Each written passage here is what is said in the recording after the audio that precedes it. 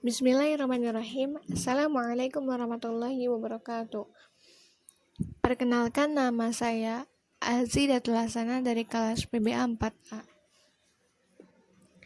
Pada materi sebelumnya, kita sudah membahas objek pertama ilmu ma'ani, yaitu ahwal al-isnadi al-khabari, yang mencakup kalam khabari dan kalam insya'i. Nah, pada kesempatan kali ini kita akan membahas objek ilmu ma'ani yang kedua, yaitu musnad ilaih. Dalam ilmu nahwu, kita mengenal istilah jumlah ismiyah atau mubtada dan khobar, dan jumlah fi'liyah atau fi'il fa'il dan maf'ul bih.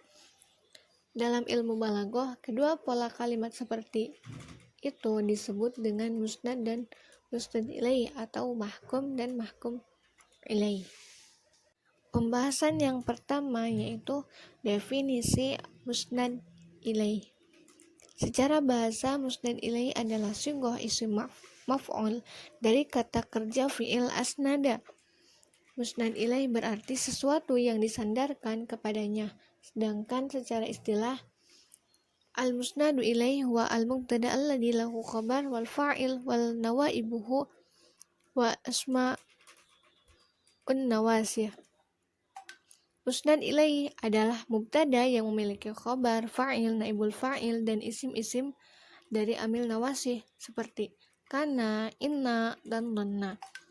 Artinya, kata atau lafaz yang disebut dengan musnad ilaih pada kalimat dibatasi hanya ketika menduduki posisi yang pertama, fa'il. Contohnya, qoma Khalidun bis sholati. Fa'il di sini yaitu Khalid sebagai musnad ilaih. Yang kedua yaitu naibul fa'il. Contohnya duriba Khalidun. Naibul Khalid merupakan naibul fa'il karena duriba di situ yaitu fi'il madi mabni majhul yang tidak disebutkan fa'ilnya.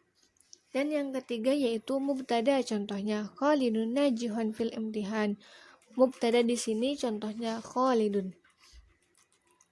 Dan yang keempat yaitu isim kana dan saudaranya. Contohnya kana Khalidun najihan fil imtihan. Isimnya kana yaitu Khalid atau musnad ilaih. Dan yang selanjutnya yaitu isim inna dan saudaranya. Contohnya inna Khalidan lana jahan.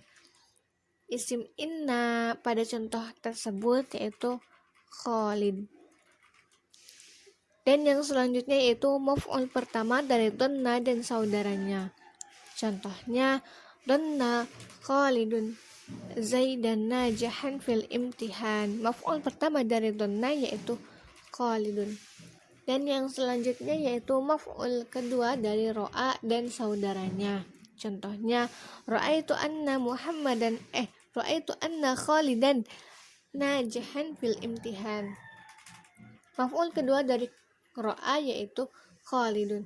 Nah, keterangan di sini dalam ilmu balaghah, semua yang tadi disebutkan contohnya, nah Khalid disebut sebagai musnad ilaih.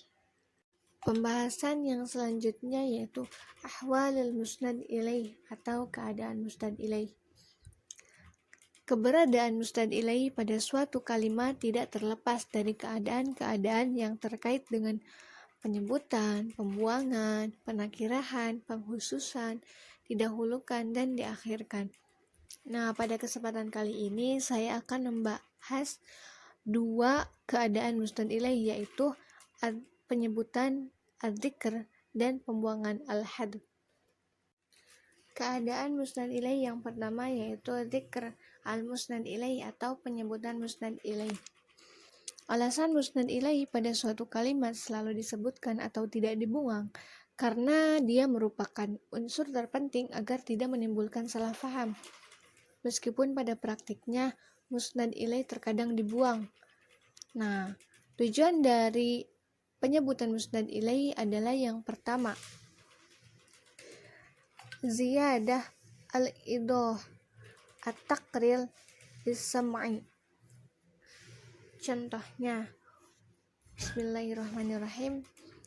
Ulaika ala hudam mir rabbihim wa ulaika humul muflihun. Artinya, mereka itulah yang tetap mendapat petunjuk dari Tuhannya dan merekalah orang-orang yang beruntung. Perhatikan isim isyarah ulaika yang diulang dan disebutkan 2 kali. Secara kaidah nahwu boleh saja membuang ulaika atau mubtada atau musnad ilaih yang kedua, sebab sudah bisa diwakili oleh ulaika yang pertama. Namun tidak demikian dengan menurut ilmu balaghah, sebab dengan diulangnya ulaika yang kedua justru akan menambah kejelasan dan kemantapan bagi si pendengar bahwa mereka yang mendapatkan petunjuk, mereka itulah yang beruntung. Tujuan yang kedua yaitu dha'fu fahmus sam'i, yaitu lemahnya pemahaman si pendengar. Alasan kedua musnad ilaih tidak dibuang sebab lemahnya pemahaman si pendengar, sehingga musnad ilaih tidak mungkin dibuang yang justru bisa menimbulkan salah paham. Contohnya, dhahaba ilal madrasah. Fa'il atau musnad ilaih pada contoh tersebut tidak tampak. Sudah tentu akan menimbulkan banyak pertanyaan dan salah pemahaman sebab tidak dijelaskan siapa yang pergi ke sekolah. Dan tujuan yang ketiga yaitu at-taladdad, merasa senang atau menyukai. Alasan ketiga musnad ilaih tidak dibuang sebab si mutakalim merasa senang dengan apa yang dia sebutkan. Ketika dia menyukai sesuatu pasti akan senang menyebutkannya. Misalkan, apakah Khalid baik kepadamu? Ya, Khalid baik kepadaku. Dan tujuan yang keempat yaitu al-ihanah atau menghina. Contohnya, hal sujjana al-qatil? Na'am, sujjana al-qatil. Apakah si pembunuh telah dipenjara? Ya, si pembunuh telah dipenjara. Nah, dalam kalimat tersebut ada maksud untuk menghina kepada si pembunuh. Dan yang terakhir yaitu yang kelima at-ta'dim atau penghormatan. Contohnya, hal hadara ra'isul Jamhuriyah Indonesia? Na'am, hadara Joko Widodo. Ahwalul musnad ilaih yang kedua yaitu pembuangan musnad ilaih atau al-hadfu al-musnad ilaih. Membuang musnad ilaih pada dasarnya tidak sesuai dengan kaidah dasar, sebab musnad ilaih merupakan unsur terpenting dalam kalimat.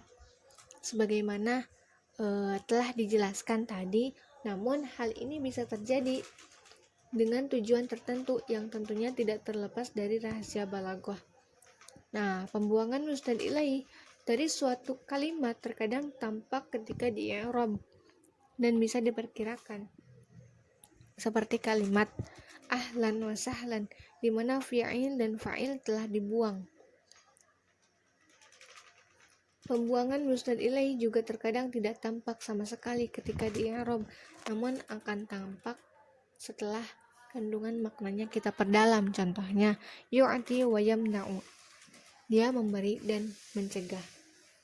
Ketika kita i'rab, tentunya tidak akan tampak apa yang telah dibuang, namun akan tampak setelah diperdalam pengertian dan hubungannya dengan yang lain. Misalkan, yu'ti ma yasha wa yamna'u ma yasha. Dan tujuan dari musnad ilaih dibuang yang pertama yaitu kaunul musnad ilaih ma'iyyanan ma'luman haqiqiyan.